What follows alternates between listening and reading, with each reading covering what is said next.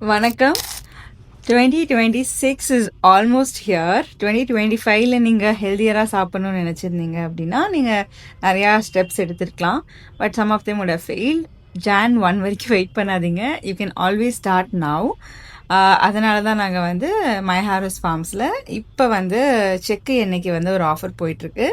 இது ஆஃபருக்காக நான் சொல்லலை. நிறைய பேர் வந்து செக்கு எண்ணெய் நல்லது, ரிஃபைண்ட் ஆயிலெலாம் ஸ்டாப் பண்ணணும்னு நினச்சிருக்கலாம், பட் ஸ்டெப் எடுத்திருக்க மாட்டீங்க.